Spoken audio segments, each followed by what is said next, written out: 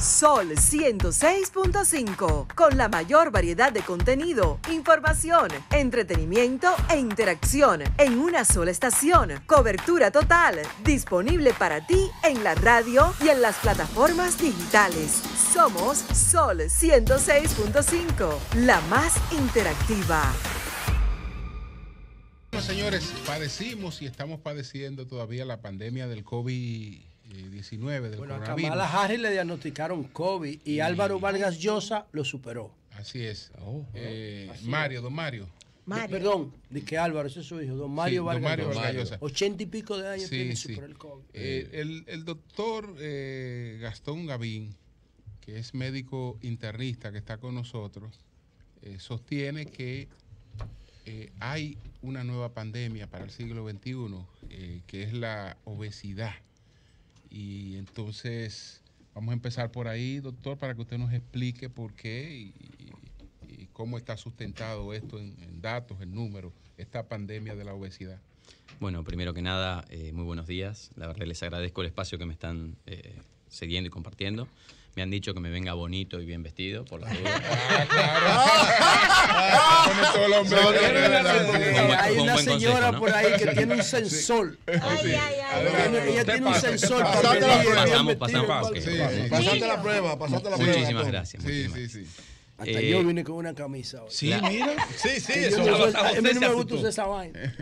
La realidad es que cuando uno se habla de la diabetes como enfermedad crónica y obesidad, es uno de los grandes fracasos de los sistemas de salud actuales. O sea, no hemos podido lograr, cuando uno ve las tendencias de lo que es la incidencia y la prevalencia de la diabetes y la obesidad, no solamente en la República Dominicana, sino en todos los países del mundo, en general han seguido ascendiendo. Bien, eso es, digamos, consecuencia también de los éxitos que ha tenido nuestro sistema de salud actual, en donde la gente vive más, la gente se ha urbanizado, la gente tiene acceso a comidas y comidas más refinadas, hace menos ejercicio, no tiene que salir a cazar o recolectar sus alimentos. Pero la consecuencia, justamente, es que el mundo está engordando y la proporción de diabéticos, y estamos hablando particularmente de la diabetes tipo 2, que es la diabetes, llamémosle del adulto, ¿bien? Que tiene un componente genético, sí, no hay que negarlo, pero también tiene un componente de hábitos, digamos, de la persona, que se está viendo que está incrementando de manera exponencial. Sí. ¿Cuál es el principal problema de esta tendencia? No solamente el problema de salud que trae la diabetes, que es una enfermedad sistémica, literalmente impacta en todo el organismo, sino también un problema de la sustentabilidad y la economía de los sectores de salud. Es mucho más costoso e insidioso cuidar y tratar a un paciente diabético durante quizás 20, 30 o 40 años de su enfermedad. Algo que ocurría antes, que quizás uno tenía que salir a buscar su alimento y lo mordía una serpiente y se resolvía en el tratamiento puntual. Entonces, ¿qué ocurre? La diabetes también está asociada a personas mayores en general, la diabetes tipo 2. La proporción de mayores de 65 años para el 2050 va a ser mayor al 20%. ¿Bien? Sí. Entonces hay proporcionalmente la carga de enfermedad que vamos a tener que soportar con los sistemas de salud va a ser mayor. Y la oferta de servicios de salud, ya sea en capacidad instalada como en profesionales de la salud, no está acompañando eso. Doctor, dicen que el sueño también es un elemento muy importante en el deterioro progresivo para los diabéticos. La falta de sueño. Bueno, mire, no tengo... Leía en internet un reportaje inextenso de una persona que planteaba un testimonio de su esposa y luego había unos médicos que daban su parecer y relacionaban, además de todos esos factores, que la obesidad es la causante de toda la desgracia del cuerpo humano, incluyendo las cardiopatías, que la falta del sueño, que el individuo no duerma las horas que debe dormir, también es un componente o un detonante para agravar el tema diabético. ¿Usted está de acuerdo con eso? A ver, no tengo informaciones, digamos, directas al respecto de lo que está diciendo. Si tengo que dar una opinión e interpretar lo que dice, hay dos argumentos. El primero es que habitualmente el paciente diabético tipo 2 es un paciente con sobrepeso u obesidad. Sí, claro. También, importante aclarar, sobrepeso no es enfermedad. Bien, si no estaríamos enfermos la gran mayoría de las personas. Sobrepeso no es enfermedad. Obesidad, sí. La obesidad mórbida, sí, y eso se define por un índice que se llama índice de masa corporal, que es el peso dividido la altura al cuadrado. Al cuadrado. En mi caso vamos a hablar en castellano para que nos entiendan los choferes, como dicen. Pero puede ser que si la obesidad mórbida genere un problema de sueño. Exactamente. Ahí es donde iba. El síndrome de apnea del sueño, bien, el famoso roncador. Sí. Bien. La apnea. Cuanto más aumenta de peso, se obesa, te cierran las vías respiratorias. Entonces, ¿qué ocurre con yo hablo de usted, señor. Adelante. ¿Qué ocurre con el cuadro? El cuadro de apnea del sueño lo que genera son microdespertares. Esos roncadores generan microdespertares que hace que el sueño no sea el correcto y no descansa la persona. Al no descansa la persona hay todo Oye, Pedro, al revés. ¿Es al revés? ¿Qué cosa? No, lo que usted está diciendo, lo que él planteó, usted lo está planteando al revés. Porque muchos especialistas dicen que el sueño, la falta de sueño afecta al organismo en todo. Doctor. Sí, afecta en todo porque no se repara. El sueño es para reparar. Pero espérate, yo tenía una pregunta ahí, doctor, que usted dijo algo ahora y yo quería como que lo dejáramos en un contexto claro. ¿Qué es la obesidad? ¿Cuándo una persona está obesa y cuándo está en sobrepeso? Ese índice que le estaba comentando. O sea, pero no lo haga tan técnico. No lo hago tan técnico. Bueno, no. Bueno, hay un número. O sea, yo tengo 10 libras de más, estoy en sobrepeso. No, porque no es lo mismo tener 10 libras de más y medir 6 pies. Jovita, ven, ponte de pie. No, es que él lo quiere explicar. Es que él lo quiere explicar para que aplique para todo el mundo, independientemente del tamaño. Porque el tamaño guarda relación con el peso. Es un tema de distribución de ese peso. Claro. Lo mismo tener 100 libras y medir 4 pies que 6 pies. Exacto. Entonces es importante entender que de acuerdo a la cantidad de libras y al índice ese, la persona está en sobrepeso. Mientras esté sobrepeso, que es un índice entre 24 y 30, esa persona tiene que tener una actitud más preventiva. Correcto. Si evoluciona en su sobrepeso, va a generar enfermedades. Sí, más de 40. Una de ellas es la diabetes tipo 2. Sí, Virgilio. Sí, doctor. Recientemente estuvimos en Nueva York y conversamos con el doctor Rafael Lantigua y nos dijo, bueno, la mayor pandemia en los Estados Unidos es la obesidad. Y hablaba de eso de forma clara. Pero también sé que con el problema del COVID que ya pasó, ha acelerado algunas enfermedades que estaban durmiendo en los organismos de los seres humanos. ¿Se ha medido algún índice, doctor, sobre qué ha pasado luego de la pandemia con los pacientes que están obesos, que están en sobrepeso? ¿Ha habido una alta incidencia de diabetes después de COVID? Lo que ocurrió es que el lockdown que se generó a nivel mundial genera mayor sedentarismo. ¿Bien? Y también ansiedad, trastornos depresivos y todas esas cuestiones conllevan a comer más. A comer más. Además, no hubo desabastecimiento. Exactamente. No hubo desabastecimiento durante la crisis. Al revés. Los sistemas de delivery han funcionado pero a la perfección, se han exponenciado. Entonces, digamos que era una receta ideal para que tanto la obesidad y por ende la incidencia de la diabetes se modifique. No tenemos todavía datos claros de cuál va a ser el impacto final de esa pandemia. También hubo toda una deuda de seguimiento de enfermedades que la gente por miedo no iba al hospital. Nosotros, yo vengo. No, y que no habían atenciones tampoco. Es que yo venía del Hospital Universitario Austral, que es un hospital muy conocido en Argentina, y la gente asociaba el hospital con el foco más relevante para infectarse. Claro, el espacio. Nosotros tenemos que explicarle a la gente que si tiene que venir al médico, tenía que venir. Y que nosotros tenemos todas las medidas para evitarlo. Este caballero que está aquí insiste en una buena nutrición. Todos los días. Todos los lunes. Todos los lunes. No, pero en la mesita un día. Una buena nutrición los lunes. Lo explico. Todos los días habla de esto. Doctor. Un momentito. En la República Dominicana. Yo lo que quiero que me diga, José, perdona que te interrumpa, porque fue la pregunta. Sí, es verdad, José. El problema, y él nos explica, y yo soy una que lo oigo, y yo, ay, Dios mío, yo fallo en todo, que toda esta comida chatarra, todo esto. La sobrealimentación. Esa sobrealimentación. Todos estos anuncios para que consumamos esto y lo otro. Nos ocasiona, nos puede llevar a la diabetes también. Sin duda. Y a otras enfermedades.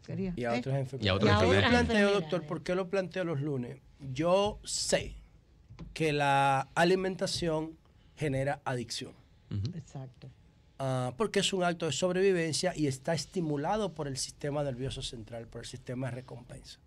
Entonces, yo le digo a la gente de lunes a viernes, por eso lo planteo el lunes, asocia la alimentación a lo correcto, al deber ser, a la nutrición, a lo racional, y los fines de semana asócialo un poco a lo que quieres, al placer, para que se pueda generar un equilibrio. Porque si solamente comes dieta y comes en contra de tu voluntad, eso te va a generar ansiedad. ¿Usted qué piensa? Más o menos a eso es que yo me refiero con alimentación. Estoy de acuerdo. Primero, validarles que la alimentación es vital para la salud de una persona. Bien, no solamente por consumir azúcares o grasas, sino también hay muchos componentes químicos que se utilizan que también generan daños. Incluso ¿Cómo cuáles, por ejemplo? No, todo lo que son los colorantes. Chuleta, por ejemplo, usted come un pan de molde, bien, y si usted deja un pan de molde en su alacena, le puede durar un mes y no se pone duro. Compre un pan fresco. ¿Cuánto tarda en ponerse duro? Es un pan es rebanado. El pan que viene es rebanado. Lo que el doctor quiere decir es que cuando usted ve un alimento que no se descompone, es porque tiene una cantidad de preservantes, de veneno que se van a reflejar en su salud. Bueno, no estoy diciendo que sean venenos, pero sí estoy diciendo que existe. No es sabana de dieta y mentira. No, los preservantes. Sí, pero hay excipientes. Un tema importante. Siga, doctor. Lo que es importante entender, y de hecho también hay todo un tema con la cocción de los alimentos. Nosotros utilizamos mucho el microondas, por ejemplo. Entonces, hoy hay. Doctor, espérese que yo soy fan del microondas. Bueno, hay muchísimos, los BPAs, no sé si BPA free, que son los microplásticos. Bien, cuando uno cocina, no sé, una pasta con un film, quedan microplásticos. Y esos microplásticos se ven en los órganos. Se van al torrente sanguíneo plateado que le ponen por encima. Aluminio. No. Aluminio, eso es lo que no, él lo acaba de decir. No, pero espérate. El BPA es una sustancia a base de con lo que se crea el plástico, como el que tiene las botellas que vemos acá. Cuando degrada, cuando se calienta. Él está hablando del papel plástico. No, estoy hablando es de esto que estoy hablando, es del plástico. Y cuando el calor le da el BPA, hay una sustancia que se libera que es tóxica al organismo. Escúchame, eso hay que aclararlo porque ese plástico no es para microondas. Pero el otro también tiene. Porque hay plástico para microondas. Y si tú lo sobrecalientas, lo sobrepones, suelta el BPA. Vamos a seguir con el doctor Gastón Gavín.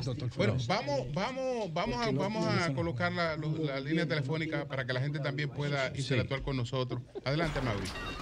Comunícate 809-540-1065. 1-809-200-1065 desde el interior sin cargos. 1-833-610-1065 desde los Estados Unidos. Sol 106.5, la más interactiva. Sol 106.5. Estamos conversando con el doctor Gastón Gavín, médico internista, y estamos hablando de la diabetes y de la obesidad. Entonces, vamos a recibir algunas llamadas, pero es de eso que estamos hablando. No estamos hablando de ninguna otra cosa. Ni de lo mal vestido, ni de lo feo. Ninguna otra cosa estamos hablando. Es decir, si usted tiene una inquietud relacionada con este tema, pues adelante. Buenos días. Buenos días. Buenos días, adelante. Sí, buenos días, Julio. Franklin Concepción, de este lado. Sí. Con relación al consumo de guineo y piña, ¿es perjudicial los azúcares que traen esta fruta? Porque yo lo consumo mucho. Y la caña de azúcar, la caña prieta, la que pelan, el que venden en la calle. El jugo de caña, tú dices, también. Sí, también. Sí, pero si son perjudiciales para la salud. No tiene, bueno, no. Solamente con el azúcar del guarapo. Sí. Es que el doctor lo diga. Adelante, doctor. Hay una diferencia entre los azúcares naturales y los azúcares refinados. Sí, okay. Bien, habitualmente las frutas tienen azúcares que son naturales. Fructosa. Exactamente. Habitualmente lo que uno trata de medirle, y perdónenme el tecnicismo, es el índice glucémico de los alimentos. Correcto. Es decir, cada uno de esos alimentos cuando se consume, eleva el azúcar en la sangre. Y tiene una curva de absorción forma diferente. Lo que uno trata de evitar es que haya picos de azúcar en esa sangre. Entonces, para que se quede tranquilo nuestro amigo, consumir frutas es de las cosas más sanas de este mundo. No tanto así el refinamiento, por ejemplo, de una caña de azúcar. Sí, eso es sacarosa. Eso ya es forzar bajo un procedimiento el extraer el azúcar de este elemento para concentrarla, para endulzar otras cuestiones. Y eso sí genera un índice glucémico elevadísimo y consumido en alta proporción. Aquí hay uno de los locutores más distinguidos que le recetaron fruta. Pero él se tira un kilómetro, un volteo de fruta. Un volteo de fruta. Atención, Federico Mañán. No se le ve la cara. Cuando él siente la mesa, no se le ve la cara. Y ese es el maestro Federico. ¿Qué hace eso? No se le ve la cara. Cuando él se sentó ahí con ese Yo quería ver a Julio el otro día que estábamos frente y Federico me dijo la fruta no lo permitieron. ¿Qué pasa con esto? Hay un tema de proporcionalidad y porciones de alimentos. Increíble. También. ¿No? O sea, porque en definitiva... La cantidad influye. Totalmente. Tanto en las calorías como en la cantidad de azúcar que uno ingiere.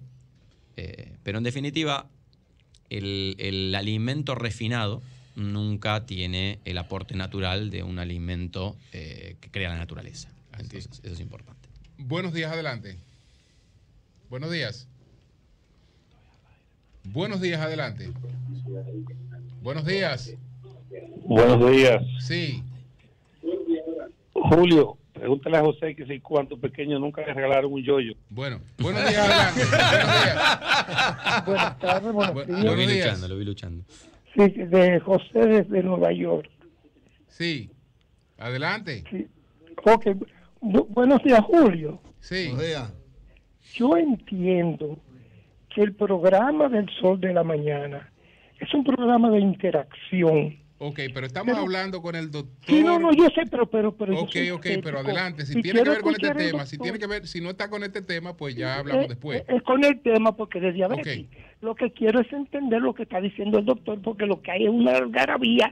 Cuando él está hablando, no lo deja hablar. Entonces yo he perdido muchas de las cosas que él quiere decir. Y me he centrado, pero ustedes no me dejan, por favor. Bueno, señores, hay que dejar que la gente hable, eso es verdad. Eso es verdad, hay que no se que le el entienda. doctor hable. Sí, buenos días, adelante. Buenas. Su opinión sobre la dieta keto de carnes y grasas. Bueno, a ver, lo más importante respecto de las dietas, no solamente la dieta keto, la dieta paleolítica, hay diferentes estrategias que están en una primera instancia popularizadas para reducir peso, pero también hay gente que requiere ciertas dietas por condiciones de salud que tengan. Por ejemplo, un paciente que tiene un cuadro de insuficiencia renal debería tener un control sobre el consumo de proteínas. Sí. Entonces, una dieta paleolítica que es abundante en grasas y en carnes no sería recomendada para ese paciente, por más que tenga que reducir de peso. Entonces, quizá la recomendación más importante que uno tiene que un médico debe hacerle a un paciente es que no inicie dietas de manera espontánea sin tener una recomendación de un profesional. O sea, yo creo que hay que hacerse un control para poder entender cuál es la masa magra, la masa muscular, la masa grasa, y que un nutricionista especializado le pueda dar ese seguimiento y proponer cuál es la dieta más adecuada para ese... Doctor, ¿usted conoce algún país que tenga una política de estado de alimentación en América Latina? En América Latina encima.